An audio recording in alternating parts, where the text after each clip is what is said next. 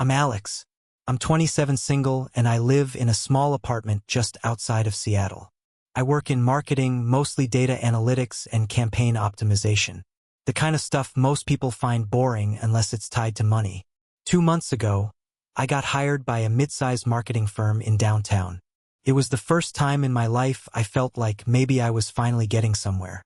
New job, new city, new apartment, new chances. I'm not the loudest guy in the room. I don't make speeches or dominate meetings. I mostly just observe. I listen. I analyze. And that's probably why it happened the way it did, because I noticed her before she noticed me. Well, maybe she noticed me first. Hard to tell. It was my second day on the job. I was still learning names, navigating the hallways, figuring out how the coffee machine worked without looking clueless. Lunchtime came and I wandered down to the employee cafeteria on the second floor. Modern space, glass walls, tall windows, people in groups of 2 or 3 eating together, scrolling phones, casual talk. I didn't know anyone well enough to join, so I grabbed a sandwich and sat alone at a corner table by the window. And then I saw her. She was standing by the water cooler talking to another woman. She wasn't overly done up or dramatic in how she looked. That's what struck me. She was just composed. Dark green blouse tucked neatly into a gray skirt. Her hair tied back casually, but still polished. There was something about the way she moved like she didn't need anyone's attention, which made it impossible not to look at her. I glanced for a second, then again unintentionally. I told myself to stop, but my eyes kept drifting back. Not in a creepy way. I was just curious. She looked like someone who had stories, someone who'd lived through things. She had a calmness about her, like she'd seen storms and survived. She was probably in her mid-30s, but she didn't look tired or bitter like people who've worked in corporate for too long. She looked sharp, focused, alive. At one point, she looked in my direction. I looked away too late, caught. I reached for my cup, tried to act natural. I hoped she hadn't really seen me staring, but she did. She walked toward the vending machine, which happened to be right by my table. As she passed me, she slowed down just slightly, leaned toward my side, looked straight at me, and with the softest smirk said, "If you keep staring, at least say something." I froze. Legitimately froze. I looked up at her, trying to think of something witty, something confident, something not idiotic. So, naturally, I said the dumbest thing possible. Sorry, I didn't mean to. You just look familiar." She laughed, not loudly, not mockingly, the kind of laugh people give when they see straight through your cover. "No," she said. "I don't think we've met." I blinked. "You're right, we haven't. I'm Alex. I'm new here." She nodded. "Emma, I'm not." And that was it. She took a bottle of water from the vending machine, gave me a polite smile, and walked back to her table. For the next 20 minutes, I couldn't even finish my sandwich. My mind kept replaying what happened to her voice. That calm confidence, that little smile, the way she said it, not embarrassed, not annoyed, just honest, amused, as if she had a full control of the moment, and I was just one beat behind. It wasn't flirting, at least I don't think it was. It was more like awareness. After lunch, I went back to my desk. My supervisor gave me another stack of onboarding documents to read, but I couldn't focus. I kept hearing her voice. "If you keep staring." That evening when I got back to my apartment, I thought about her again. I didn't even know her last name. I didn't know where she worked exactly in the building or if I'd even see her again, but I knew something had just shifted. Maybe it was nothing. Maybe I read too much into it, but it felt like the beginning of something. Something I didn't expect. The next few days at work were uneventful, at least on the surface. I kept my head down, tried to settle into the rhythm of my new team, and focused on the endless to-do list that came with onboarding. But underneath, I was waiting for her. Every time I walked past the elevator or into the cafeteria, I looked around, hoping to spot her again. I didn't even know which department she worked in, but I figured if fate had something to say, it would let our paths cross again. And it did. It was Friday afternoon. The office was buzzing more than usual. End-of-week meetings, people sneaking out early, that kind of energy. I was headed to the copy room with a stack of draft proposals when I heard her voice down the hallway. Calm, smooth, confident, unmistakable. She was talking to a couple of people from the creative team giving feedback on a campaign. She wasn't dominating the conversation, but everyone was listening. When she spoke, people shut up. There was weight in her words. I didn't want to interrupt, so I walked past with a nod and a quick glance. I didn't expect her to notice me, but she did. As I passed, she smiled and said, "Hey Alex, right?" I turned surprised. "Yeah, you settling in okay?" "I think so," I said, still figuring out where the best coffee is. She gave a little shrug. "Nowhere in this building." That made me laugh. Damn, I had hope. One of the guys she was talking to, a guy named Derek, tall mid-40s, with that permanent smug face people get when they've been around too long, raised his eyebrow at me, clearly not thrilled. I was interrupting whatever was going on. I didn't care. I was just glad she remembered my name. We only talked for maybe a minute before her team moved on, but it felt like something, a small thread connecting us again. Later that day, I was standing by the elevator and the doors open. She was in sight alone. I hesitated, but she smiled, so I stepped in. We stood in silence for a few seconds. Then I said it quietly.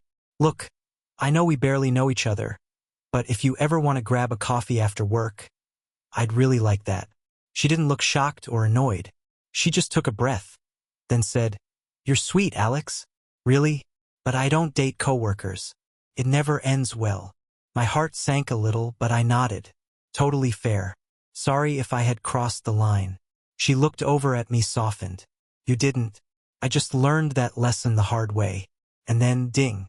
The elevator stopped on her floor. She stepped out, paused for half a second, and added, "Especially younger ones." And she walked off. That line stuck with me. Especially younger ones. It wasn't rude. It wasn't cold. It was just honest. Part of me respected her for saying it straight. Another part of me felt small, like I was just some kid chasing a grown woman who'd already played this game and moved on. The following week, I tried to let it go, tried to focus, but our paths kept crossing at team meetings and shared workspaces in passing.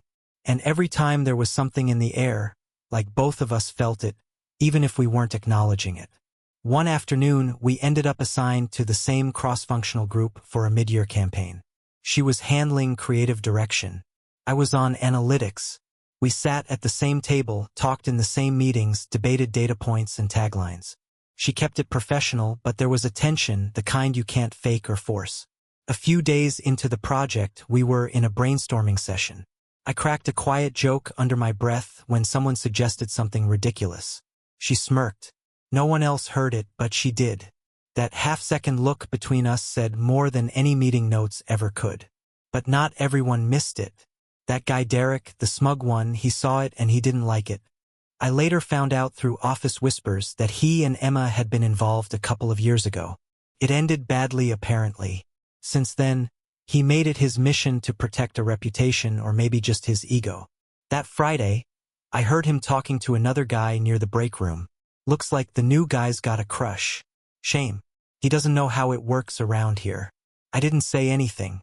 I wasn't gonna play that game, but I knew what he was doing.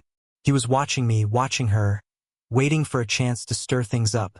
I hated office politics. I hated feeling like high school games had followed me into adulthood. But I also knew that pushing forward, pursuing Emma could mean real consequences for her more than me. And yet, I couldn't help it. I liked her more than liked her. I admired her. The way she carried herself, the way she handled pressure, the way she looked at people like she saw straight through them and still chose to be kind. Still, I backed off, not out of fear, but out of respect. The last thing I wanted was to make her life harder. We kept working together, cordial, distant, controlled. But every time we made eye contact, it felt like something inside both of us flinched, like we were trying not to want the same thing. By week 4, things had settled into a quiet rhythm. Work was work. Emma and I interacted only when necessary, as short conversations about data sets, creative directions, or deadlines. Always professional, always careful, and always a little strained. It wasn't awkward exactly, just delicate, like we were walking across thin ice. She kept her tone even, her posture straight, her words precise, but I could tell she wasn't as distant as she wanted to appear. Neither was I. At night, I'd catch myself thinking about her. Not in some grand romantic way, just remembering things, her phrasing in meetings, her small reactions, when she disagreed with a decision, the way she tucked her hair behind her ear when she was thinking. I knew it wasn't smart to keep thinking about her, but I couldn't stop. It didn't help that we were still on the same campaign project. We had different roles, but we were both core members. I was pulling analytics from social media trends and user data. She was shaping the messaging around those trends. That Friday, the creative director scheduled a last-minute working session to finalize everything for the Monday presentation. The meeting was supposed to last an hour. It ran past 5, then 6 room. By 6:30, everyone else had left except Emma and me. I didn't plan to stay late. I never do. But I wasn't going to leave her finishing things alone. We sat across from each other in the smaller 4th-floor conference room, the one with the bad fluorescent lights and the flickering monitor. The office was almost silent except for the low hum of air vents and the occasional sound of someone's keyboard from another room. She leaned over the table reading my notes on performance metrics. I watched her for a second longer than I should have, then dropped my eyes. "Something wrong with the data?" I asked. "No," she said. "It's solid. Just trying to make sure the language we use doesn't misrepresent the numbers." There was a long pause. Then she added, "You are good at what you do." I looked up. "Thanks. Coming from you, that means something." She glanced at me. There was something in her eyes. Not soft, not flirty, just honest. Real. "Can I ask you something?" I said. She didn't answer right away, just nodded slightly. "Why does it feel like we're avoiding something that's already there?" She closed her laptop slowly and leaned back in her chair. Her body didn't tense, but her expression changed like I touched something she was working hard to ignore. Because she said, "I've done this before. Fallen for someone at work. Let someone in at work. In this environment, in this system where everyone knows everyone's business, where if it ends badly, you see it every day in the elevator, in the cafeteria, in meeting invites." She took a breath. "I got burned. Alex, badly. And it took me over a year to feel like myself again. People didn't just talk. They chose sides. I lost friends. I lost credibility. It almost wrecked me. I didn't say anything. I just listened. And you," she added quietly, "you make it hard to keep my distance." The room felt still after that. Not romantic, not dramatic, just still. Like we were both finally being honest. And neither of us knew what to do with it. I looked down at my hands, then back up. "I don't want to cause trouble. I'm not trying to complicate your life." "You're not," she said. "But this thing, whatever it is, it doesn't exist in a vacuum. It has weight and consequences."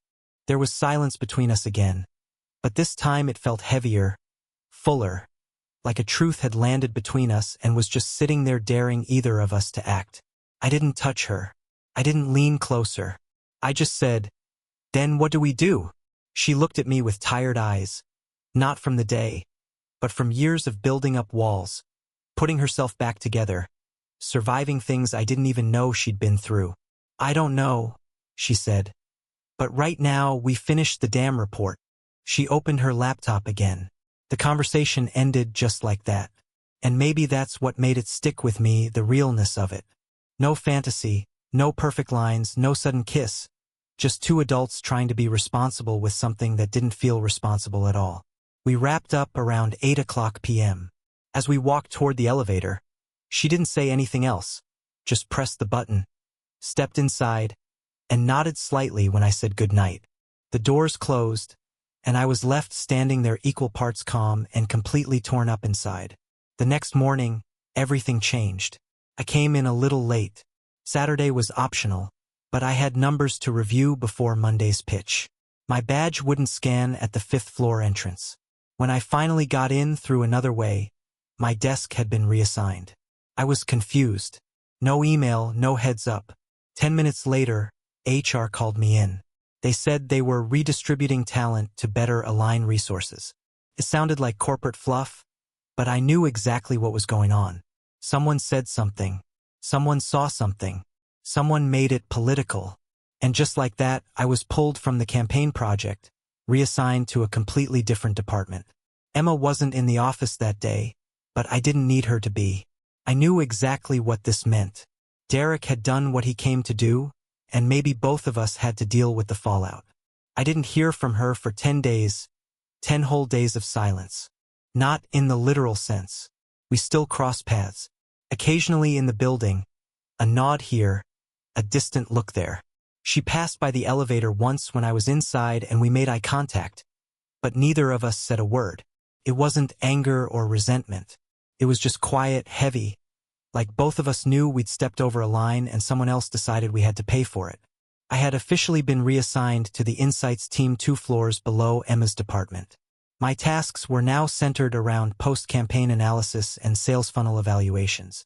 Important work, yes, but far from the creative side of the company and light years away from anything that involved her. At first, I tried to bury myself in the job, drown the frustration with productivity. But that only worked for so long. Every file I opened, every Slack notification that popped up with her name in some comment thread, every passing conversation between coworkers mentioning her name, it all made it worse. I started getting bitter. Not at her, never at her, but at the situation, at how fast something meaningful got pushed into a corner because people couldn't keep their noses out of things that weren't theirs because of office politics. Because of a history I hadn't even been a part of. Then came a night she called me. It was a Wednesday. I had just finished dinner, some frozen pizza I didn't even bother to plate. My apartment was dark except for the blue light of the TV I wasn't watching. I was scrolling through emails when my phone lit up. Emma, 7:43 p.m. I stared at it for a second, not sure if I should answer. Then I picked up. Hey, I said quietly. Hi, she replied. There was a pause, not awkward, just filled with all the things we hadn't said in 10 days. I'm sorry, she said, for how everything played out. It wasn't your fault, I said. You didn't ask for this. I didn't stop it either, she admitted. I didn't know what to say to that. She exhaled. I've been thinking about everything about us. If there even isn't us. I didn't mean for you to get pushed out of the project. I know. I thought I could handle it better, she continued. But it's like the second there's a whisper of something between me and someone else, people go feral, and I hate it. I do too, I said. But I don't regret anything. She went quiet for a second. I miss talking to you, she said finally. I miss you. I answered honestly. Another pause. Are you free right now? She asked. That caught me off guard. Yeah, I am. Do you want to go for a walk? I didn't hesitate. Yes. 20 minutes later, we met at a quiet park 3 blocks from the office. It was almost empty, just a few dog walkers and someone jogging in the distance. The air was cool. The sky was beginning to turn dark blue. We didn't hug, didn't shake hands, just started walking side by side slowly as if we had done it 100 times before. For the first 10 minutes, we talked about nothing. Weather, work, city noise. But then the conversation settled into something deeper. She told me more about her last relationship, how it started with excitement like every office romance, how it turned toxic fast, how Derek, him, made her feel small, how he gaslit her in meetings, how he'd accuse her of being too emotional in front of other team members. How when it ended, he made it look like she was the one who overstepped. It took me a year to rebuild my reputation, she said, looking out at the lake. And just when I finally started to feel like me again, you happened. Sorry, I offered, half smiling. She actually smiled at that. A soft, sad kind of smile. No, not sorry. We sat on a bench near the water, just letting the silence breathe for a while. I don't know what I'm doing, she said. I like you more than I should. And it scares me. I get that, I said. But this thing, whatever it is, it feels real, doesn't it? She nodded slowly, carefully. I just want something simple, she said. No drama, no hiding, no whispers in hallways. So, let's take it slow, I offered. No pressure, no expectations. She looked at me, and for the first time in weeks, I saw her guard drop. I'd like that. She reached over, hesitated, and then took my hand. No kiss, no grand declaration, just 2 people sitting side by side in the quiet of a city park, holding hands like they were both afraid to let go. We talked for 2 more hours about where we grew up, our worst dates, our favorite movies, her mom's obsession with gardening, my inability to cook anything more complex than scrambled eggs, stupid things, wonderful things, things that had nothing to do with HR policies or office rumors. When I finally walked her back to her car, She stood by the door for a second. "I don't know what happens next," she said.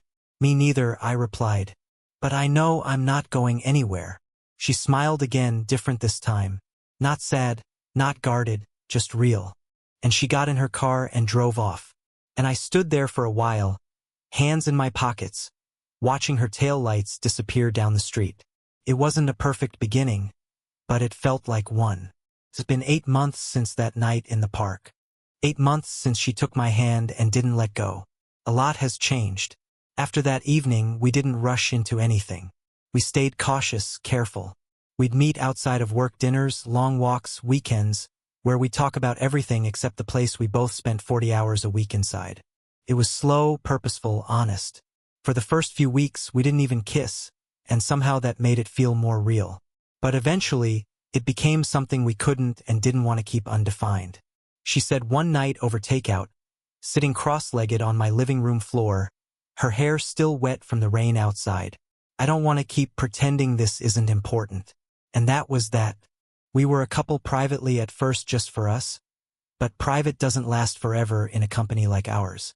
2 months into our relationship, someone in the office saw us grabbing lunch downtown, someone who apparently had more time to gossip than to do actual work. The rumors restarted. Whispers came back. Derek, unsurprisingly, was thrilled to drop hints in meetings, smugly tossing lines like, "Oh, I'm sure Emma would know. She's got a special connection to Alex." But this time, she didn't flinch. She didn't hide. She confronted it. She went directly to HR, sat across from the same woman who had once warned her to be cautious, and told her point blank, "I'm in a relationship with Alex. We are 2 consenting adults. There's no power imbalance and we're handling it professionally. I'm not asking for permission. I'm informing you." HR couldn't say much. There were no company policies against it. We worked in different departments, different projects, no supervisory overlap. Still, we both knew what would make things easier, me moving to a different division. So I did. 3 months ago, I officially transferred to a separate branch of the company. Same firm, different building. It wasn't dramatic. I actually liked the new team. The projects were different, more strategic. Felt like growth. And with that change, things between us began to feel lighter. No more careful glances in elevators. No more late-night phone calls to check if anyone noticed. We could breathe. That's when we began telling people friends first. A few former coworkers, her sister. Eventually, I met her parents over grilled salmon and white wine at a quiet dinner in Tacoma. They were kind, smart, protective of her. Her mom gave me a long hug as we left. Her dad just looked me in the eye and said, "Don't screw it up." "I won't. Emma. She's everything I didn't know I needed. She challenges me every single day, not in a dramatic, chaotic way, but in the way that makes you grow, the way that holds up a mirror and says, 'This is who you are and who you could become.'" She has her guard up sometimes. Still, trust doesn't come easy after what she's been through. But she lets me in piece by piece, and I never take that for granted. We've had arguments, of course we have, over little things, laundry plans, timing. Once we had a full-day Cold War, over who left the freezer door open. But we always talk. We always come back to center. Last weekend, we went hiking outside the city, just the 2 of us, some sandwiches, and her awful Spotify playlist, which she refuses to admit is 90% sad acoustic covers. Halfway up the trail, she tripped on a route and nearly face-planted. Caught her. She laughed so hard she couldn't breathe. That's the kind of stuff I'll remember when I'm 80. The moments no one sees. And here's the part that makes me smile. Smile the most. We're not flashy. We're not some storybook couple. We're 2 people who met at work, started with a look, went through hell, and decided to try anyway. That's all love really is, isn't it? 2 people saying, "Let's try," and then trying again and again every day. Tonight, we're going back to the place where it all began, the office cafeteria. It's empty on weekends, but she got the building manager to unlock it for us as a surprise. When I walk in, she's already there sitting at the same table by the window where I sat that first day. She's wearing a dark green blouse again. Her hair is tied back the same way. I stop in my tracks. She looks up, sees me, and smirks. That same smirk I'll never forget. "Still staring," she says. I walk over, lean across the table and smile. Still in love? She reaches for my hand. No words this time. Just the quiet, certain feeling that this is it. Not the end, not the middle, just the real. Alex and Emma's story. It offers a profound lesson. Love worth having often demands courage to navigate complexity and resilience to rise above external judgment. Their connection, sparked by a fleeting glance in a corporate cafeteria, grew amidst the weight of office politics, past betrayals, and unspoken fears. Alex's quiet admiration and Emma's guarded heart reveal that meaningful relationships don't always begin with grand gestures, but with honest moments, shared smirks, late-night work sessions, and brave confessions in a park. Their journey teaches us that love isn't immune to obstacles. It thrives when two people choose to face them together, even when it means risking professional fallout or personal scars. Emma's strength in confronting HR and Alex's willingness to transfer departments show that protecting what matters requires sacrifice and clarity. Their slow, deliberate romance built on walks, talks, and trust reminds us that real love is patient, rooted in respect, and unafraid of imperfection. It's a call to embrace connections that challenge us, to grow, to let go of fear, and to hold fast to what feels true, no matter the whispers or consequences. Alex and Emma's story is a testament to the beauty of trying day after day to build something real in a world that often complicates love. Have you ever fought for a connection against the odds? Share your story in the comments. We'd love to hear what made you keep trying. If this tale of courage and love moved you, hit that subscribe button and join our community for more stories that inspire. Let's keep celebrating the messy, beautiful truth of human connection.